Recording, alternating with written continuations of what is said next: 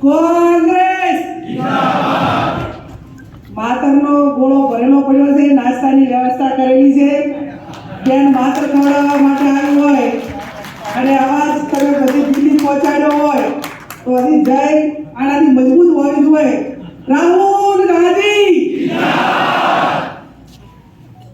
આપણા નેતા અમિતભાઈ ચાવડા સાહેબે બનાસકાંઠાની જનતાનો ખૂબ હૃદયપૂર્વક આભાર માન્યો, મોવડી મંડળનો આભાર માન્યો અને સમગ્ર મતદારનો આભાર માન્યો।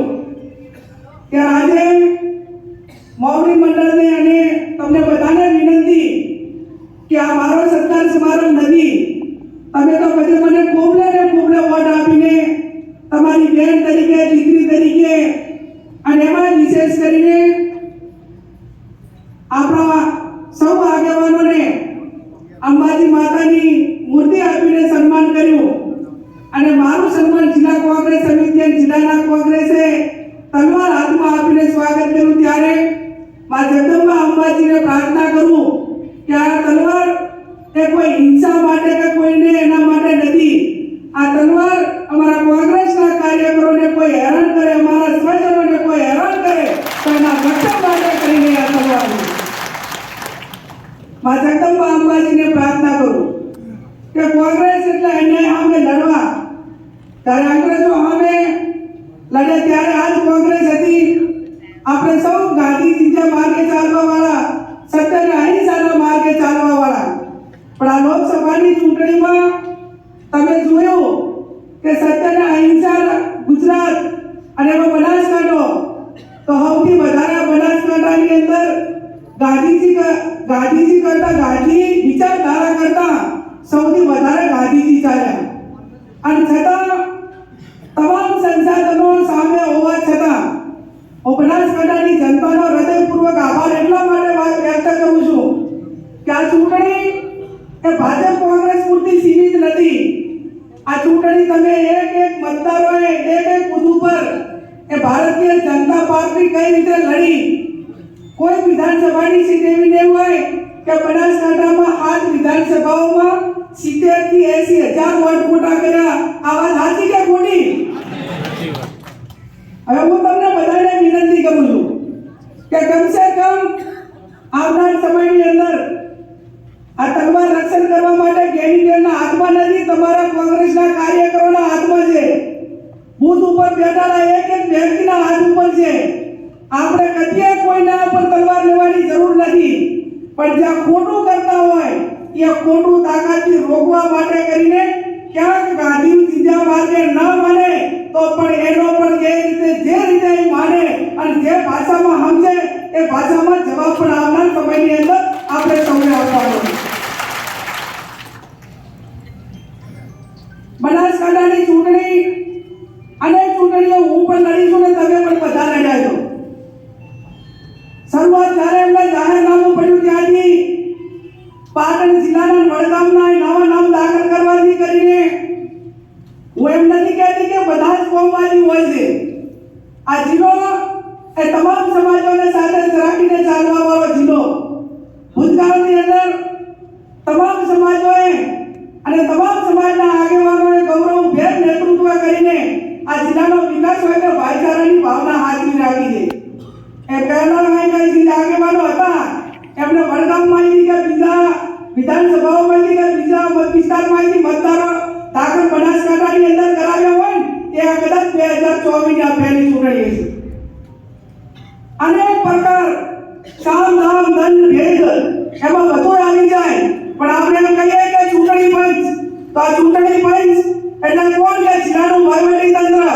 તમને બધાને ખબર છે કે બનાસકાંઠાના એસપી કરીને કોઈ એવો ડિપાર્ટમેન્ટ મને બતાવો કે જેને વહીવટી તંત્રના મારફત કે બનાસકાંઠાના મતદારોને કે આગેવાનોને દબાવવાનું કામ ના કર્યું હોય, છેલ્લે પ્રેસાઇડિંગ ઓફિસરોની મીટિંગો પણ રાખી। વાત સાચી કે ખોટી? અને છતાં બનાસકાંઠાની જનતા આડીખમ રહી, એમને જેટલું જે કરવું તો એટલું કર્યું, પણ કુદરતને અહીંયા દેર હોય અંધેર ના હોય। તમે જેટલું ખોટું કરવું એટલું કરો, પણ બનાસકાંઠાના મતદારોને કુદરતે તમારી સામે જે તમે અન્યાય કરતા હતા, તમારો અહંકાર હતો, તમારો જે પાપનો ઘડો હતો, એ બનાસકાંઠાની જનતા ફોડવાની હતી ને હતી. અને એટલા માટે કરીને આ બનાસકાંઠાનું પરિણામ એ સાહેબે કીધું એમ આવનાર વિધાનસભાની ચૂંટણી હોય, જિલ્લા તાલુકા પંચાયતની ચૂંટણી હોય, ભાગ વિધાનસભાની પેટા ચૂંટણી હોય, આ તમામ ચૂંટણીઓમાં પણ જે રીતે લોકસભાની ચૂંટણીમાં કામ કર્યું એ પ્રમાણે આપ સૌ કરશો એવી પણ હું આપ સૌની પાસે અપેક્ષા રાખું છું ને વિનંતી પણ કરું છું. એક સીટ આપણે લોકસભાની જીત્યા અને આપણા શીર્ષ નેતૃત્વને આપણા રાહુલજીને કેટલી હિંમત આવી કે 543 ની હાજરીમાં દેશના વડાપ્રધાનને આમ આંગળી સામે કરીને કીધું કે આવનાર સમયમાં અમે ગુજરાતમાં તમને હરાવીશું અને નક્કી લઈ લો કે તમને ગુજરાતમાં હરાવશું. આપણા શીર્ષ નેતૃત્વએ જ્યારે આવડો મોટો ભરોસો આપણા પર મૂક્યો હોય, આપણા નામે આવડું મોટું ગૌરવ લેતા હોય, ચેલેન્જ કરતા હોય, ત્યારે એક કોંગ્રેસના કાર્યકરોની આવનાર સમયની અંદર જવાબદારી છે. હું આપ સૌને વિનંતી કરું છું કે આપણા જેટલા 2000 બૂથો છે, ગામો છે, ત્યાં લોકસભાની ચૂંટણીની અંદર કયા બૂથોની અંદર ખોટું થયું, કયા બૂથોની અંદર આપણા કાર્યકરોને હેરાન કર્યા, કયા બૂથોની અંદર આપણા કાર્યકરો અગ્રેસિવ લડીને અમે મહેનત મજૂરી કરીને ગમે પ્રકારનો જુલમ સહન કર્યો, આ બધાનો જ એનાલિસિસ કરીને એનો રિપોર્ટ તૈયાર કરવો એ આવનાર ચૂંટણીઓ માટે પણ જરૂરી છે. અને એટલા માટે આપ સૌને વિનંતી કરું છું કે દરેક વિધાનસભાની સીટની અંદર 150 આગેવાનો એવા હોય કે જે આપણને પોતાને ખબર ના હોય, સામાજિક આગેવાનો હોય, શૈક્ષણિક સંસ્થાઓ સાથે સંકળાયેલા હોય, વિવિધ સંગઠનો હોય, ભલે વિચારધારા એમની બીજી કોઈ પક્ષની હોય પણ આપણને મદદ કરી હોય, આવા આગેવાનોનું લિસ્ટ પણ આવનાર સમયની અંદર તમારા બધા ગામડે તાલુકે બનાવીને જિલ્લા કોંગ્રેસ સમિતિને આપવા માટેની જરૂર છે. અને વ્યક્તિગત રીતે એમને 50 વોટ 150 ને બોલાવીને પણ જિલ્લા કોંગ્રેસ સમિતિને અમે પણ મળીને એમનો વ્યક્તિગત આભાર વ્યક્ત કરશું, જેથી કરીને એમને એમ ના લાગે કે અમે અગ્રેસિવ રહીને આટલી મજૂરી કરીને અમારી કોઈ કદર નથી, કે નાના મોટી ભૂલો કે નાના મોટું કોઈ કારણસર આપણા કોંગ્રેસના આગેવાનો આગા બધા જ અડીખમ થઈને મધ્યા છે. પણ આવનાર સમયની અંદર ક્યાંક કચાશ રહી ગઈ હોય તો શીર્ષ નેતૃત્વ, પ્રદેશનું નેતૃત્વ છે, એઆઈસીસી માંથી આપણા ઓબ્ઝર્વર છે અને આખા જિલ્લાના આગેવાનો છે કે જેનો આવ્યો હોયનો આભાર, ના આવ્યો હોયનો આભાર, 20 લાખ મતદારોનો આભાર. અને કોંગ્રેસના આગેવાનોને તો નાના મોટી તમે ગભે કપા મિલાઈને કોઈ ભૂલ થઈ નથી, પણ ચાક નાના મોટી કોઈ કચાશ રહી ગઈ હોય અને ક્યાંય બળદેવજીએ કીધું એમ મારા માધ્યમથી ક્યાંય કોઈનું દિલ દુભાણું હોય તો તમારી બેન તરીકે બે હાથ જોડીને તમારા બધા માફી માંગુ છું અને બેન તરીકે તમે બધા મને માફ કરશો એવી પણ વિનંતી કરું છું.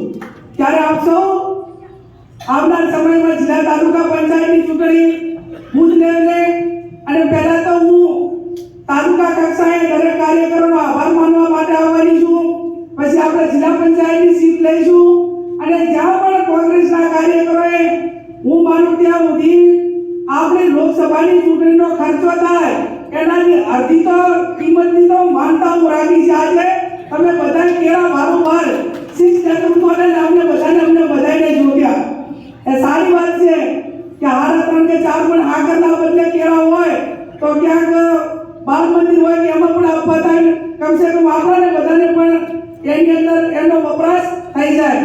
અને આવનાર સમયમાં આપ સૌને બીજી પણ વિનંતી કરું છું કે તાલુકા કક્ષાને 2, 3, 4 વિધાનસભાની સીટ વાઇઝ આપણે ઓફિસનું પ્લાનિંગ પણ મેં જિલ્લા કોંગ્રેસ સમિતિના પ્રમુખ સાથે ચર્ચા કરીને કરી દીધું છે. દર ત્રીજા શનિવારે એ આપણી જિલ્લા કોંગ્રેસ સમિતિએ મારી હાજરી રહેશે, જેમ કે જિલ્લાની સંકલન સમિતિની મીટિંગ એ દિવસે હોય છે. એટલે તમારે કોઈને મળવું હોય, નાના મોટું કામ હોય તો મહિનાના ત્રીજા શનિવારે મારી હાજરી પાલનપુર મુકામે રહેશે. અને વ્યક્તિગત રીતે પણ કદાચ કોઈ ફોન ઉપડ્યો હોય, ના ઉપડ્યો હોય તો હવે એવું ના લગાડતા કે બેનને ગરજ મળી ગઈ છે એટલે હવે ફોન નથી ઉપાડતા.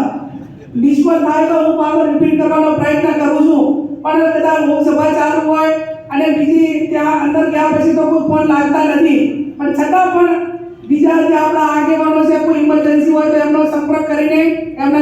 લાભ પહોંચાડજો. જે પણ તમને મદદ કરવાની થતી છે અમે કાંઈ કોંગ્રેસના આગેવાનો અમે પીછે નહીં કરીએ. ફરી આપ સૌનો હૃદયપૂર્વક એટલા માટે આભાર માનું છું કે દિલ્હીની અંદર જ્યારે શપથ વિધિમાં ગઈ અને ટૂંકું સત્ર બોલાવ્યું એટલે બધા સંસદો મારા સામે આવી वो मोदी के घर में जीत के आई और कांग्रेस वाली नहीं. और મને ગૌરવ એ બાબતનું થયું કે હાલો મારા સામે આગળ કરે છે પણ ગૌરવ ભેર આગળ થાય છે. જ્યારે હું ધારાસભ્ય તરીકે રાજીનામું આપવા ગઈ એ ટાઈમે ચાવડા સાહેબને બધાને પણ કીધું આ મારું રાજીનામું એ ગૌરવ ભેર રાજીનામું છે. મારું રાજીનામું વ્યક્તિગત સ્વાર્થ માટે કે પાર્ટીની ગદ્દારી માટેનું રાજીનામું નથી. આ સંસ્થાના માટે કરીને રાજીનામું છે. ભારતના બંધારણના નિયમોને આધીન આ રાજીનામું છે. એટલે આપ સૌને પણ મારી વિનંતી છે કે કોંગ્રેસનો આગેવાન આજ તમે અમને બધાને મોટા કર્યા છે. તમે છો તો અમે છીએ, બાકી તો પછી એમ માનીએ કે બધું મારા હિસાબે ચાલે છે તો એ પણ કોઈએ મારે નથી માની લેવાની જરૂર, પણ કોઈને પણ માની લેવાની જરૂર નથી. અને આ ચૂંટણી શીર્ષ નેતૃત્વ આગેવાનોને પહેલાથી જ અમે બધે નક્કી કર્યું હતું કે તાકાતની ચૂંટણી લડવાની છે. મેં દરેક વિધાનસભાની જે સીટ હોય કે ચૂંટણી પ્રચાર હોય એની અંદર મેં તમને બધાને દરેક જગ્યાએ વાત કરી કે આ 2024ની ચૂંટણી એ અમારી સામે 3 ઓપ્શન છે અને 3 માંથી એક અમારે પસંદ કરવાનું છે. પહેલું ઓપ્શન એ છે કે તમે જાહેર જીવનમાં તમારા વ્યક્તિગત સ્વાર્થ માટે આવ્યા હોય, પૈસા માટે આવ્યા હોય, તમારા ધંધા બચાવવા માટે આવ્યા હોય તો બીજા બધાએ પાર્ટીની સાથે ગદ્દારી કરીને કે મતદારો સાથે ગદ્દારી કરીને જતા રહ્યા હોય એમાં વ્યક્તિમાં હાથ ધોવા હોય તો એ ઓપ્શન નંબર 1 છે. બીજું ઓપ્શન નંબર બીજું છે કે તમે એ પણ નથી કરી શકો, તમારે એ પ્રકારની કોઈ વિચારધારા નથી તો તમારે ટેમ્પરરી રીતે જાહેર જીવનથી દૂર રહી અને ટેમ્પરરી હોલ્ડ કરવો હોય તો ઓપ્શન બીજું હતું. અને એ પણ ના કરી શકાય, રાજધર્મ નિભાવવાનો હોય, કોંગ્રેસ પાર્ટી સંઘર્ષના સમાજમાં હોય એ દિવસે કોંગ્રેસ તરીકે હોલ્ડ કરવાનું વિચારે તો એ કોંગ્રેસી ના કહેવાય. એટલે અમને બીજું પણ ઓપ્શન મંજૂર નહોતું. તો ત્રીજું ઓપ્શન અમારી પાસે એ હતું કે હવે કોંગ્રેસને આપણે ઊભી કરવા માટે કરીને કોંગ્રેસ પાર્ટીમાં રહેવાનું છે, અંતિમ શ્વાસો તક કોંગ્રેસમાં રહેવાનું છે, કોંગ્રેસને ઊભી કરવાની છે. તો પાણીની કરીને કોની ઊભી તાકાત લગાવીને સંઘર્ષ કરીને કોંગ્રેસ પાર્ટીને ઊભી કરો તો અમે આ ત્રીજા નંબરનું ઓપ્શન કે આ બધા જ તમારા આગેવાનોને અમે બધે એ ત્રીજા નંબરનું ઓપ્શન પસંદ કર્યું હતું. સંઘર્ષ કર્યો, તમારો સાથ સહકાર મળ્યો, જિલ્લાની જનતાએ આશીર્વાદ આપ્યા તો એ સંઘર્ષ પરિણામમાં પણ તબદીલ થયો. એટલે આપ સૌને પણ મારી વિનંતી છે કે ચૂંટણી નાની હોય કે મોટી હોય પણ ઓપ્શન 3 છે અને કોંગ્રેસી તરીકે સંઘર્ષ. જો રાહુલજી 4,000 કિલોમીટર ચાલીને સંઘર્ષ કરતા હોય અને અત્યારે જેમ સિંહ ગર્જના કરે ને એમ સિંહ ગર્જના કરે લોકસભાની અંદર ગર્જના કરે અને સામે ઓલા 400 ને પાર હતા ને એ તમારે 5 અને 3 મિનિટે પાણીનો ગ્લાસ પીવો પડે. એ સ્થિતિ અત્યારે લોકસભાની અંદર આવી ગઈ અને અમને તો નજરથી જોવાની એટલી મજા આવે છે ને કે જેની વાત જવા દો.